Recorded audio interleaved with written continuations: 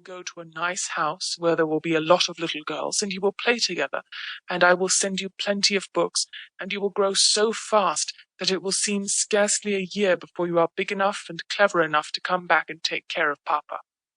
She had liked to think of that, to keep the house for her father, to ride with him and sit at the head of his table when he had dinner parties, to talk to him and read his books. That would be what she would like most in the world. And if one must go away to the place in England to attain it, she must make up her mind to go.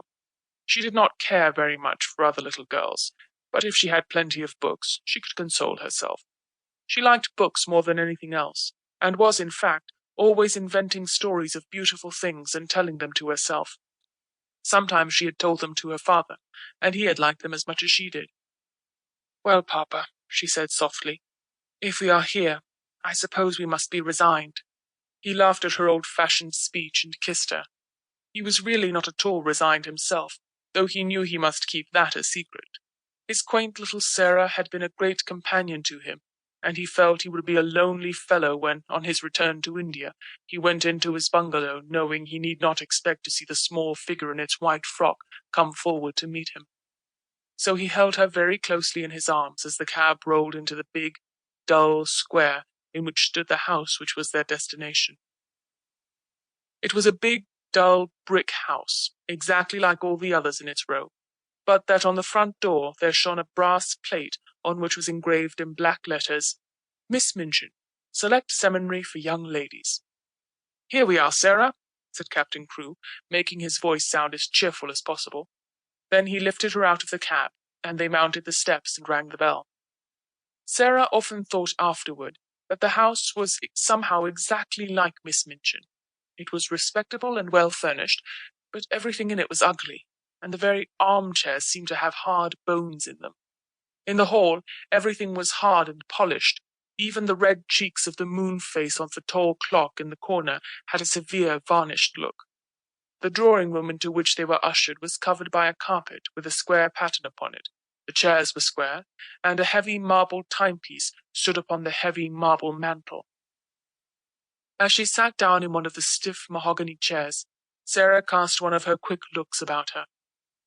"I don't like it, Papa," she said, "but then I dare say soldiers, even brave ones, don't really like going into battle." Captain Crewe laughed outright at this.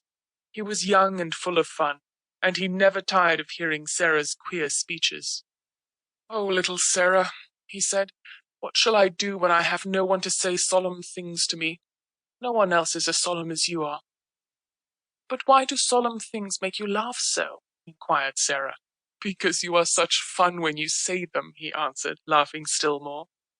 And then suddenly he swept her into his arms and kissed her very hard, stopping laughing all at once, and looking almost as if tears had come into his eyes. It was just then that Miss Minchin entered the room. She was very like her house, Sara felt, tall and dull and respectable and ugly. She had large, cold, fishy eyes, and a large, cold, fishy smile. It spread itself into a very large smile when she saw Sara and Captain Crewe. She had heard a great many desirable things of the young soldier from the lady who had recommended her school to him.